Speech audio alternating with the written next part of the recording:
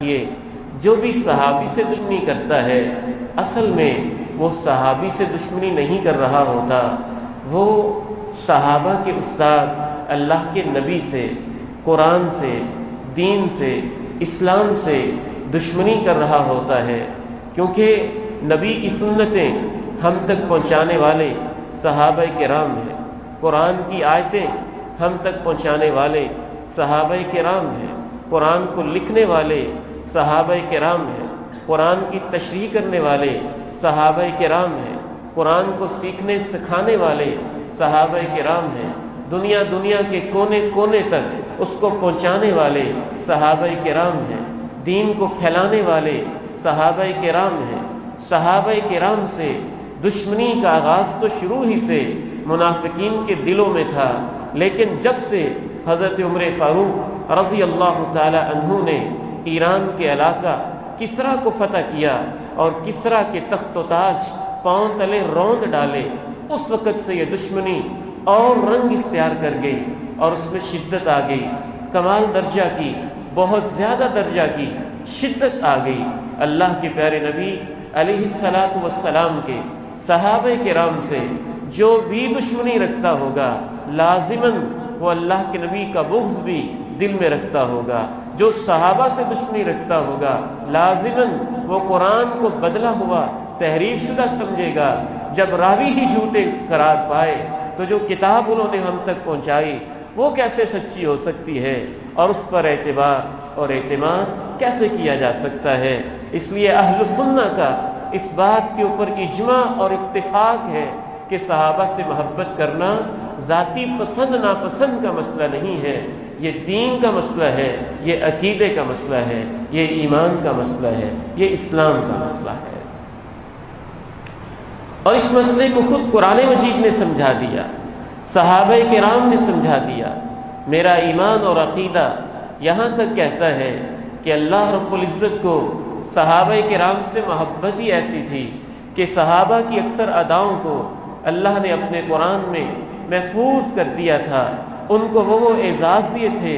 جو بعد والے لوگوں کو کبھی نصیب نہیں ہو سکے۔ قرآن اترتا تھا تو صحابہ سنتے تھے، جبریل آتا تھا گنگناہٹ کی آواز محسوس کرتے تھے، پیغمبر پہ وحی اترتی تھی، آپ پسینے سے شرابور ہوتے، صحابہ اس منظر کو اپنی آنکھوں سے دیکھتے تھے۔ کبھی کبھی تو یوں ہوتا صحابہ کوئی کام کرتے اور اس کے تبصرہ کرتے ہوئے اس پر قرآن نازل ہو جاتا۔ صحابہ کرام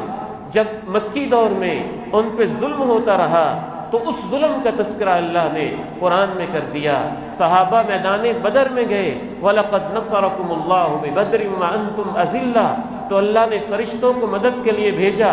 غزوہ بدر کے صحابہ کا تذکرہ قرآن میں محفوظ کر دیا۔ صحابہ غزوہ احزاب میں شریک ہوئے تو اس کا تذکرہ اللہ نے قرآن میں کر دیا۔ وَلَمَّا رَأَى الْمُؤْمِنُونَ الْأَحْزَابَ قَالُوا هَذَا مَا وَعَدَنَا اللَّهُ وَرَسُولُهُ، صحابہ کرام غزوہ حنین میں گئے تو اس کا تذکرہ اللہ نے قرآن میں کر دیا۔ وَيَوْمَ حُنَيْنٍ إِذْ أَعْجَبَتْكُمْ كَثْرَتُكُمْ فَلَمْ تُغْنِ عَنْكُمْ شَيْئًا، صحابہ کرام نے صلح حدیبیہ کی تو اس کا تذکرہ اللہ رب العزت نے قرآن میں کر دیا۔ بیعت رضوان کی تو اس کا تذکرہ اللہ نے قرآن میں کر دیا۔ لَقَدْ رَضِيَ اللَّهُ عَنِ الْمُؤْمِنِينَ إِذْ يُبَايِعُونَكَ تَحْتَ الشَّجَرَةِ فَعَلِمَ مَا فِي قُلُوبِهِمْ فَأَنزَلَ السَّكِينَةَ عَلَيْهِمْ وَأَثَابَهُمْ فَتْحًا قَرِيبًا، صحابہ نے مکہ فتح کیا تو اس کا تذکرہ اللہ نے قرآن میں کر دیا۔ إِذَا جَاءَ نَصْرُ اللَّهِ وَالْفَتْحُ وَرَأَيْتَ النَّاسَ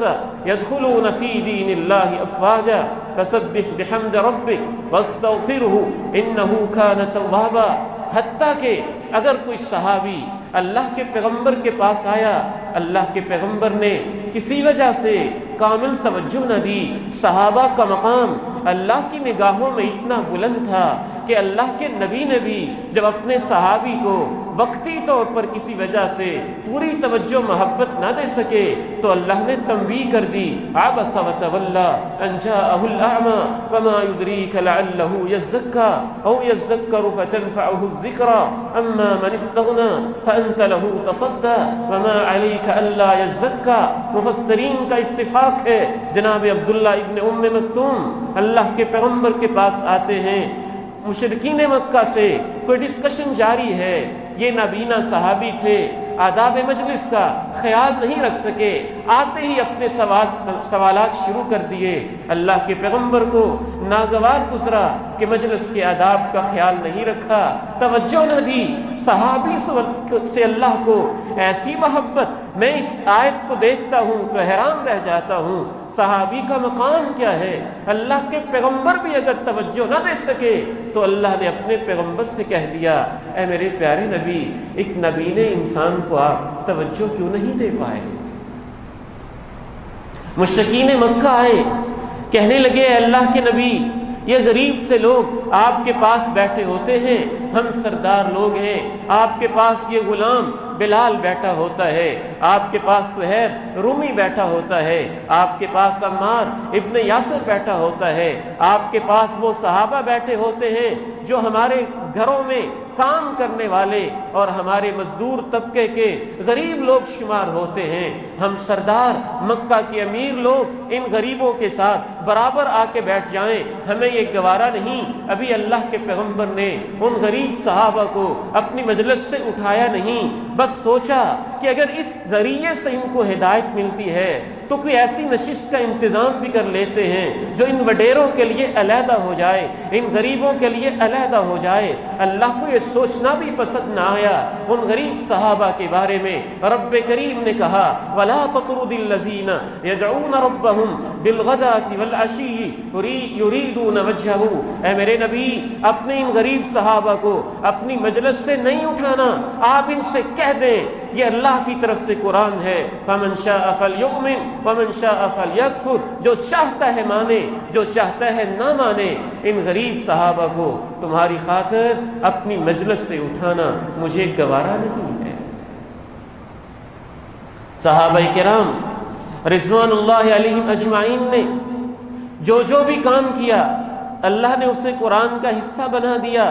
ان کے پاس پیغمبر کا مہمان آیا، رات کو دیا بجھا دیا، دیا بجھا کے اپنے بچوں کو بھوکا سلا دیا، اور بھوکا سلا کے یوں ہی مہمان کے پاس بیٹھ کے ظاہر کیا کہ میں بھی ساتھ کھا رہا ہوں۔ اللہ کو ادا اتنی پسند آئی، عرش معلیٰ پہ مستوی رب کریم خوش ہو گئے، مسکرا دیے۔ اور یاد رکھنا، جس شخص پہ اللہ مسکرا دیتے ہیں اس پہ جنت واجب ہو جاتی ہے، جہنم حرام ہو جاتی ہے۔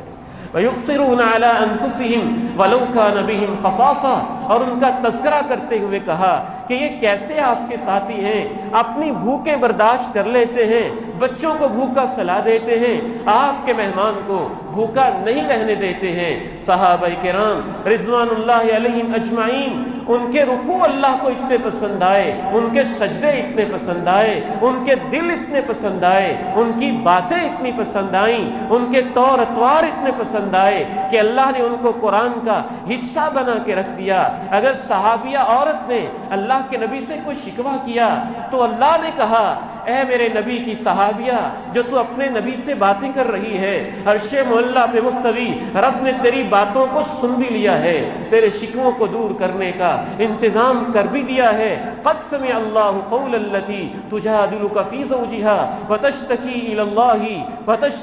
اللہ،